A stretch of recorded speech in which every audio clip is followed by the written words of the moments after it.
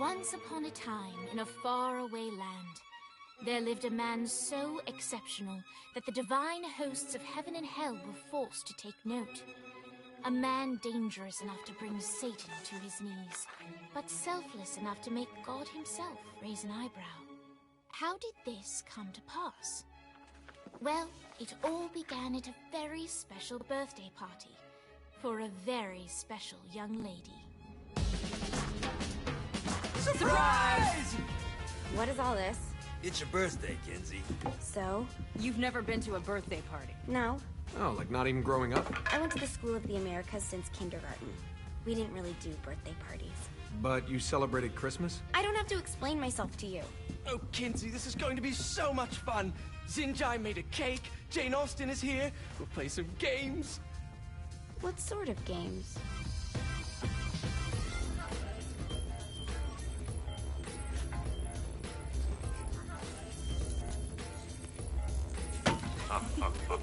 So you celebrate birthdays by trafficking with spirits? It's spooky and fun. It's a bunch of letters. It's tradition. Every slumber party has to involve a spirit board. Slumber party? How's it work? We ask it a question, and the spirit of the board will reveal the answer. How? Yeah, someone pushes the pointy thing to wherever they want. Wait. Can we go back to you and your slumber parties? No time. All right. Everyone put their hands on the cursor. Cursor. I feel the magic already. All right. Will the President/God Emperor for life ever choose a partner to reign alongside them? No. Ooh, someone's getting married. Shut up, Matt. Who will tame the president's wild heart? What are you guys trying to spell? I'm not moving it. That's the spirit, Kinsey. I'm serious. I'm not moving it either. Neither am I. Jezebel? Who the fuck is...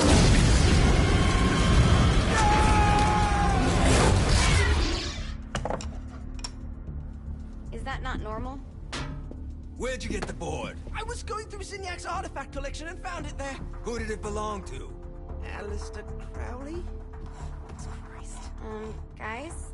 I think it's laughing at us. Fuck this. I think you're a smart enough piece of wood to see where this is going. Now, you ready to cooperate? That's more like it. You think we can trust it? It's not like we got a lot of options. So what's the plan? We mount up and go in after the boss? No, I do. No sense in what's left of humanity walking right into a death trap. Someone's gotta live to tell the story. That's a stupid plan, Johnny. I'm leaving you in charge. Hell of a plan, Johnny.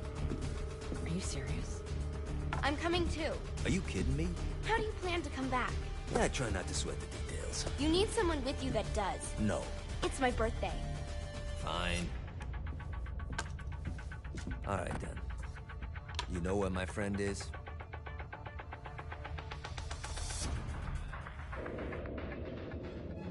True to its word, the spirit board opened up another portal and sent Johnny and Kinsey screaming into hell.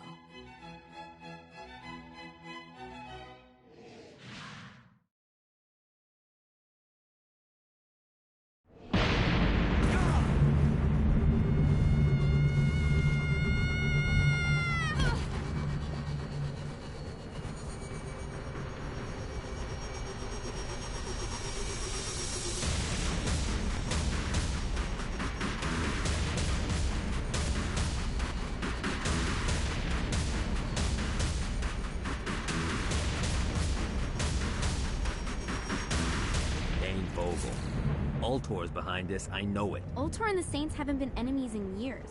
You really think he's responsible? You don't know him like I do. The boss put him through a window for a reason. The reason was the boss was kind of fucking crazy back then. That's a fair point.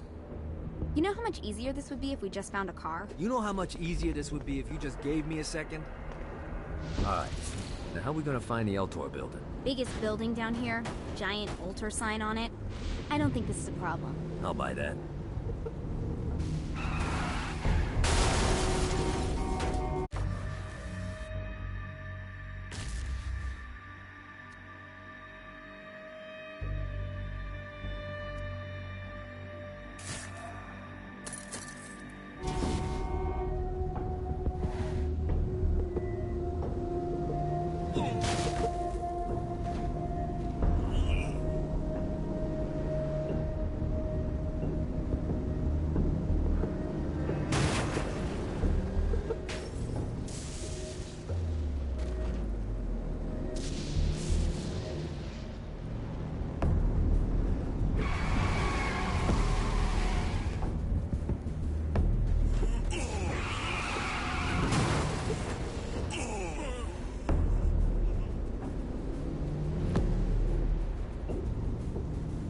Look at us. Kinsey Kensington and Johnny Gat driving together on a birthday adventure. Are you always this excited? Generally, I'm a misanthrope. I get it.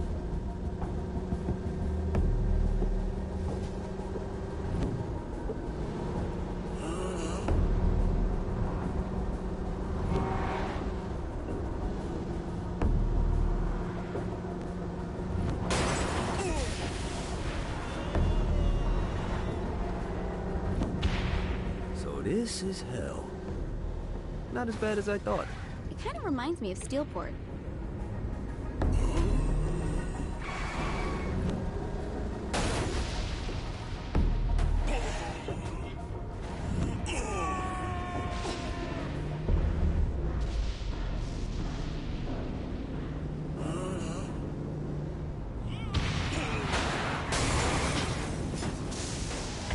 I think we may have got the attention of the demons.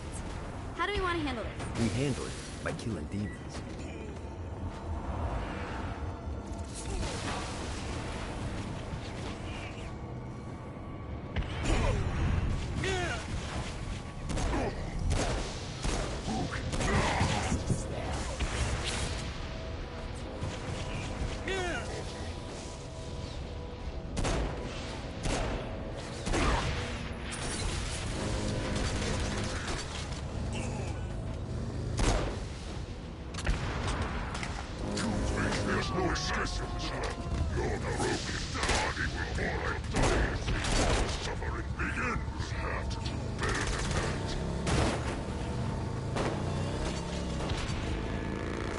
So, what's the plan? Oh yeah. I'm gonna shoot him in the face unless he gives us the boss back. What if Dane doesn't have the boss? I'll probably still shoot him in the face.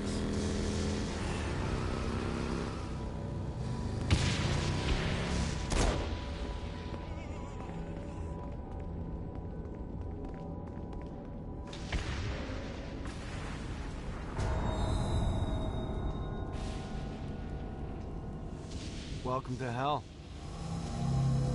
Shouldn't you have a receptionist? Such is the plight of eternal damnation. I have a feeling you didn't come here to catch up. Let's talk in my office.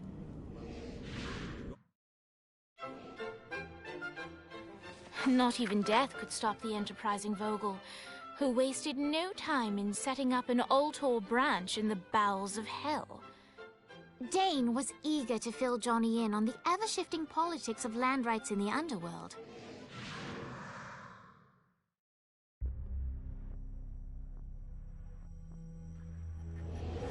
Alright, you got me out in the sticks, now what? Would it kill you to show a little excitement? You're about to experience angelic flight, for Christ's sake. Dane. Someone needs a nap. Just collect. Great. Now you should have...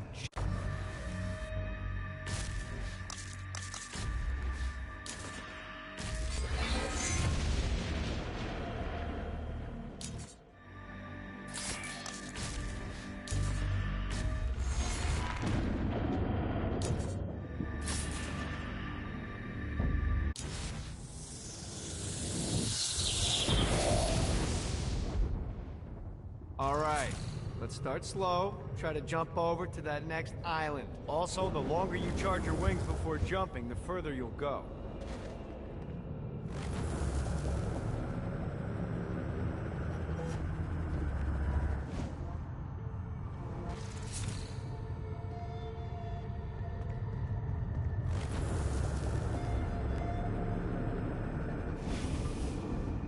Hey, you didn't fuck it up. Good job. Now get up that cliff. Don't worry, if something looks too high, just keep on jumping off the wall. Remember to charge your jumps if you want to get up the cliff faster. Now it's time to fly. You heard of crawling before walking? Well, in this case, you need to jump before you can fly. Launch yourself in the air with a jump, and then hold your wings out to glide to that next island. I put out some orbs to show you the path.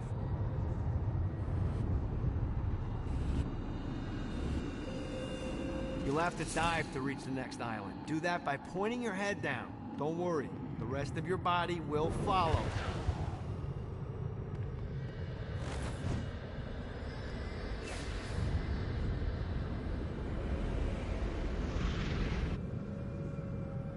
I put a shiny flap orb out in front of you. Collect the orb, and your wings will flap to gain speed.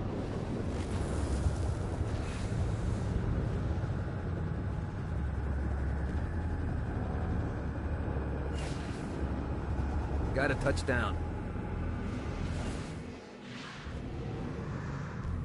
You missed the orb, dude. Let's try this again. This is bad timing.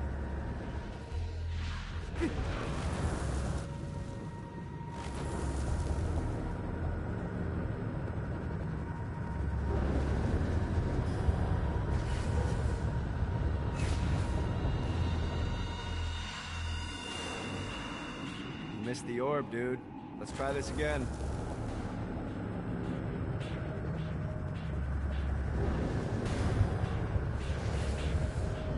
Damn it. Running out of juice. Gotta touch down.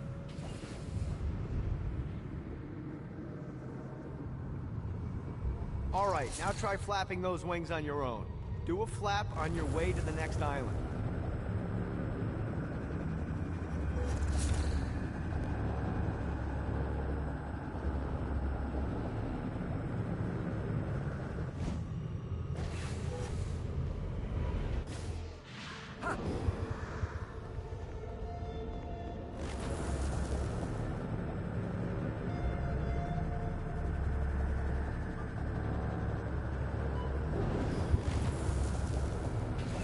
Yeah!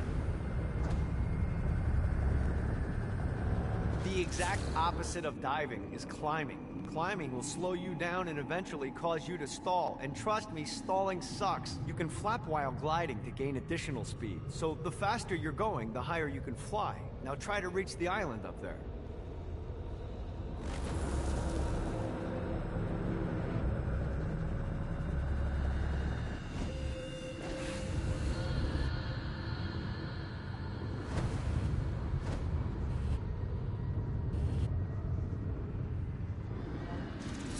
Alright, time to take the training wheels off for the final lesson. Flying takes stamina. If you run out in midair, you are going to drop like a rock. A stupid, stamina-less rock. Last island is right under those lava falls. Notice how your stamina drains the longer you glide.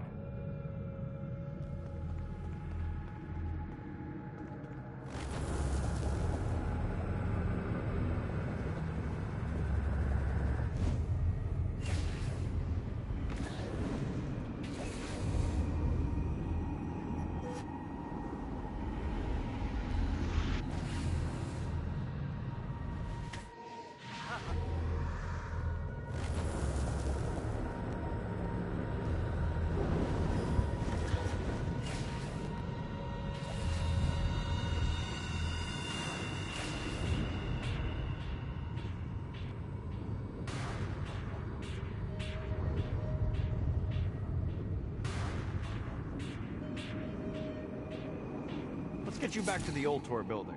I want to run through all the stuff you can do to hurt Satan. Sure thing. See you soon. Here's the deal. If you want some FaceTime with Satan, you need to get his attention. Now, Satan hates being challenged, so anything you do to undermine his control is good. Fraud, mayhem, shooting demons in the face, anything. You can keep track of Satan's wrath with this handy meter. Get it high enough and you'll be having drinks with Big Red in no time. I've compiled a list of shit to do, so take a look and do whatever sounds fun. Oh, one more thing. We have some potential allies down here. Trust me, you want to impress them.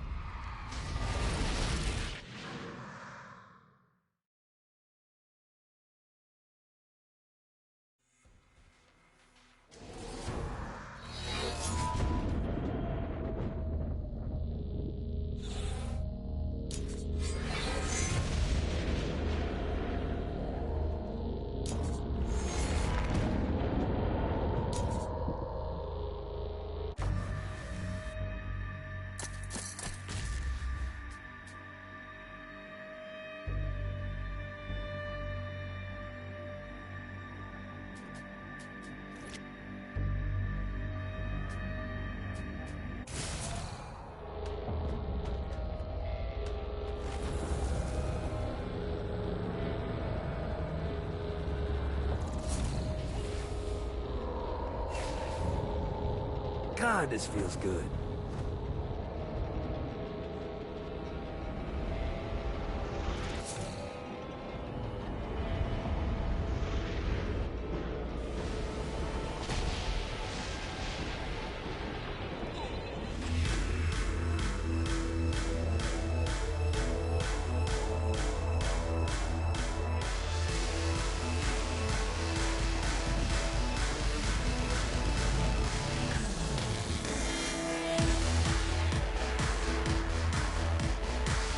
Lights up. William Shakespeare, humanity's greatest playwright, and hell's most diabolical purveyor of entertainment, looks on as a brave mortal on an Orphean quest enters. The bard's interest is piqued, and he looks to test his visitor's mettle.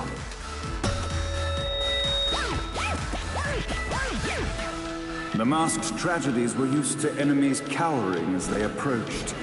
But soon they realized that they faced a foe with courage and nobility, traits uncommon in the fires of perdition.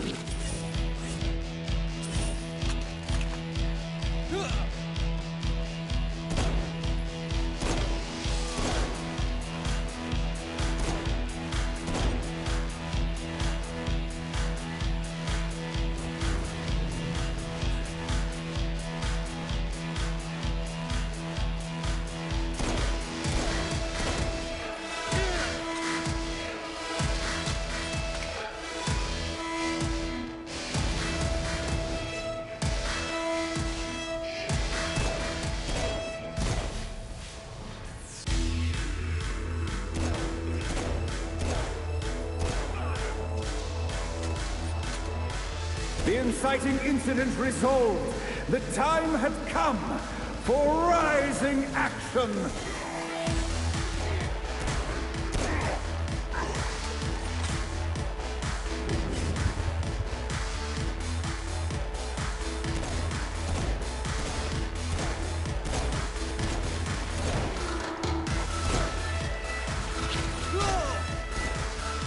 The battle raged on below, and as bullets and blood flew, the bard arched a curious eyebrow. Could this mortal be the exact thing that Shakespeare needed?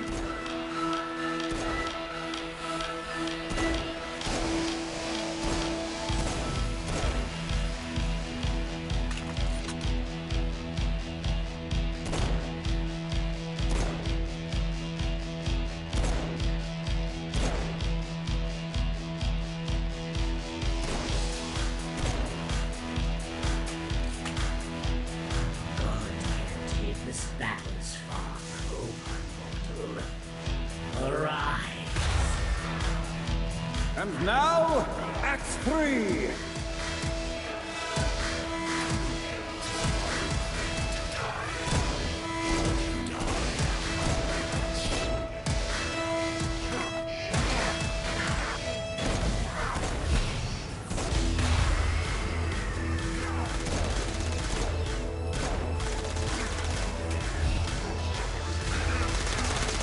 Your world up.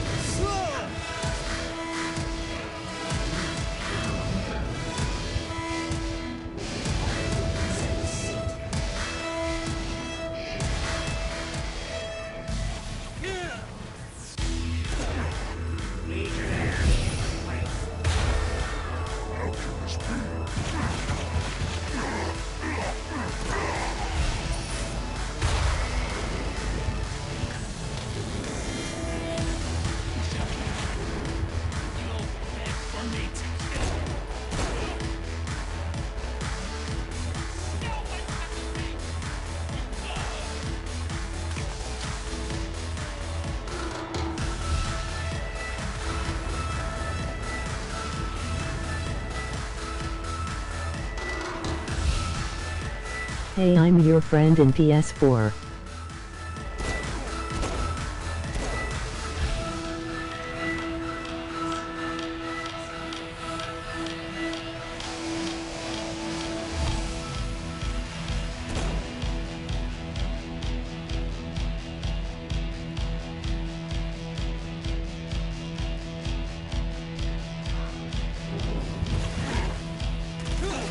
It's easier every time.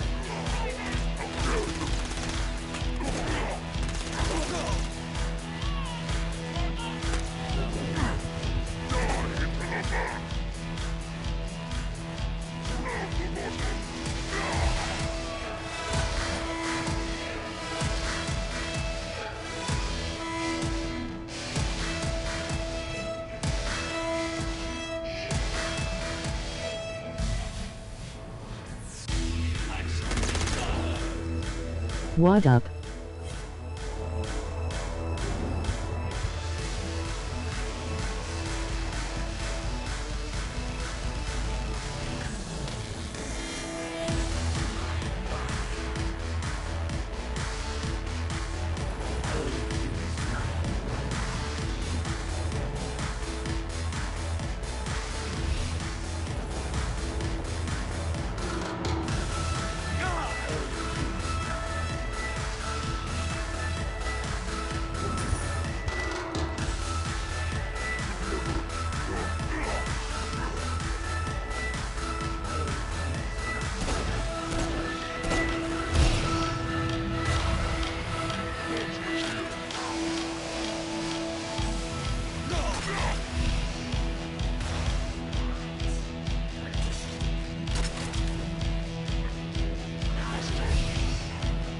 This reminds me of that one time I killed a lot.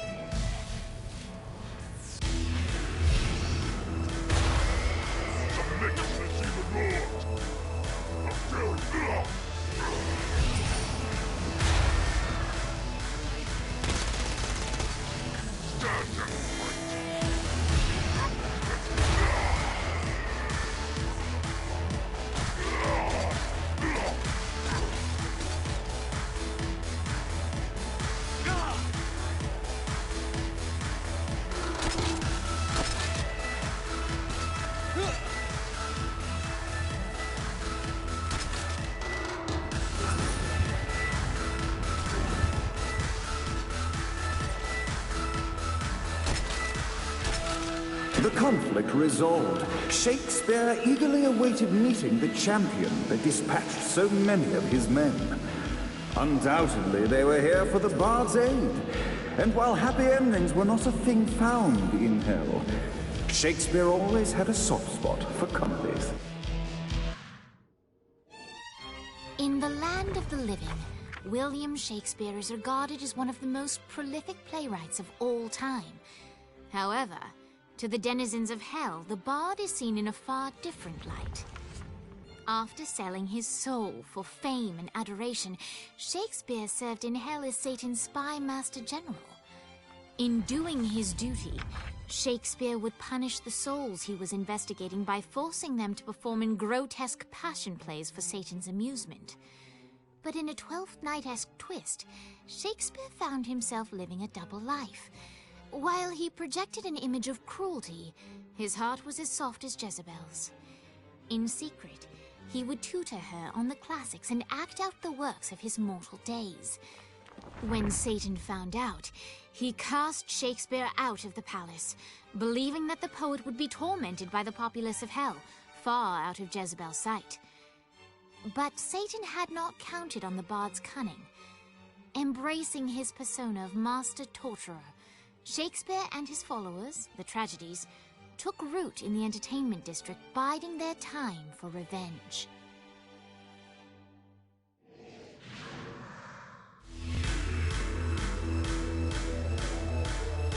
So, Shakespeare called forth the Deus Ex Machina to bestow our protagonist with the arcane power of Force Stomp.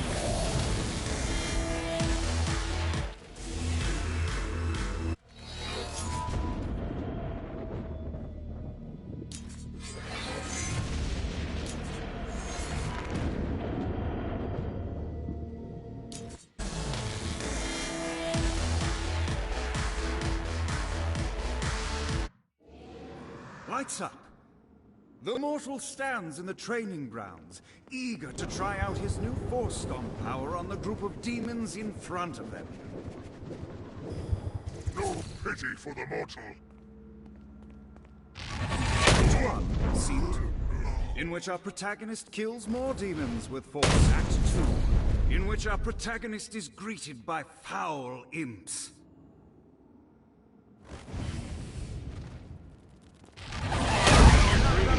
In which our protagonist learns that Force Stomp even works on flying enemies, enabling them to remove a Dark Inciter's shield before shooting them to death. The day is won, and the curtain closes on our noble hero.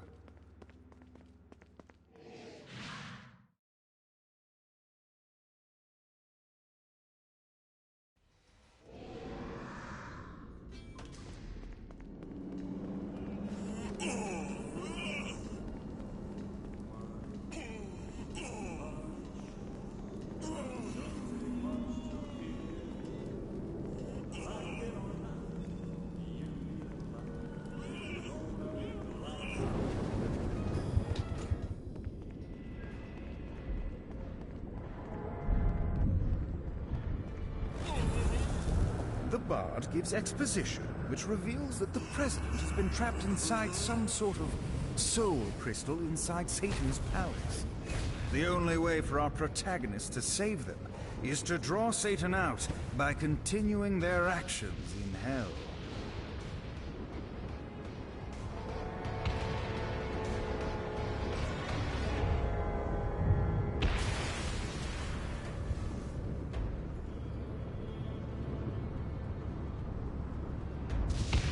This is bad timing.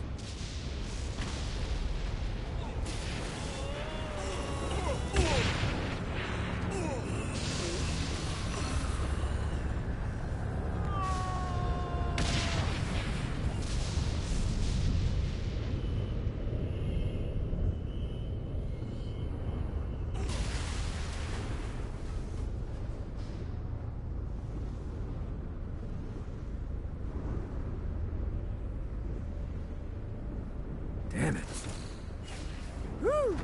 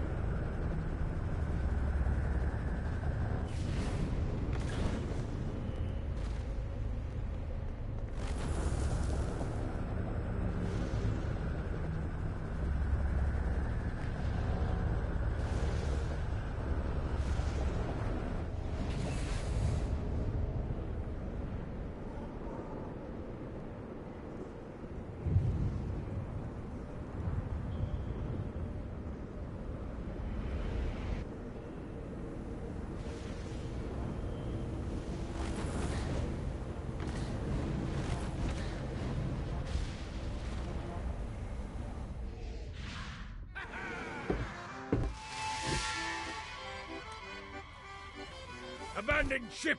We've been boarded! Get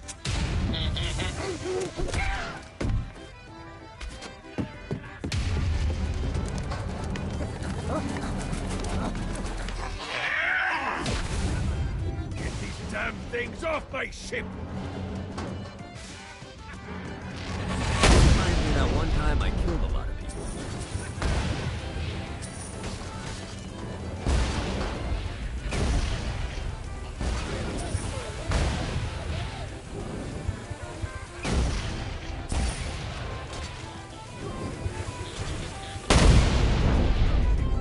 I got a bit of treasure in that chest over there.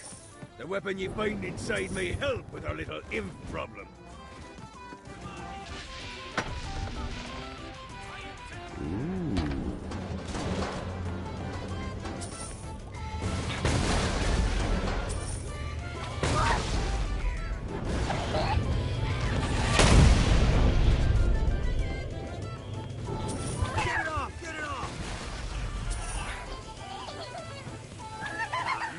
another one of these.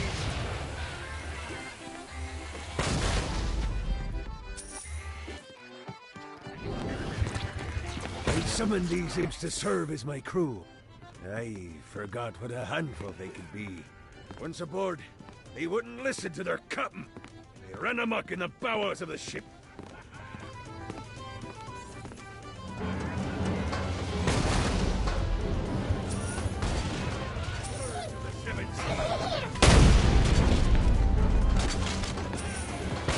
Fantastic work! Fuck off. No, not another one of these. Good God, they're swarming me!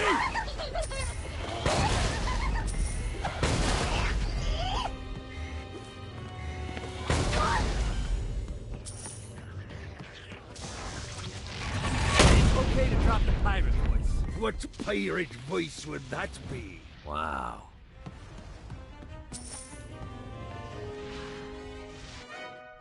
Zinyak's destruction of Earth had a profound impact on the afterlife.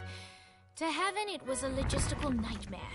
St. Peter's meticulous nature drove purgatory wait times to unbearable levels. Meanwhile, in hell, where souls in pain were used as currency, it created a new era of prosperity for the wickedly enterprising. This economic boon resulted in the coffers of hell to be overflowing, which in turn piqued the interest of the most notorious man that sailed the seven seas. Long had Blackbeard been a thorn in Satan's side, robbing tax collectors on a semi-regular basis. But the promise of an immeasurable fortune drove him to be even bolder. An arrangement was reached. Blackbeard would provide information on strategic targets in exchange for a share of the profit. Johnny, who was interested in murder, not money, happily agreed.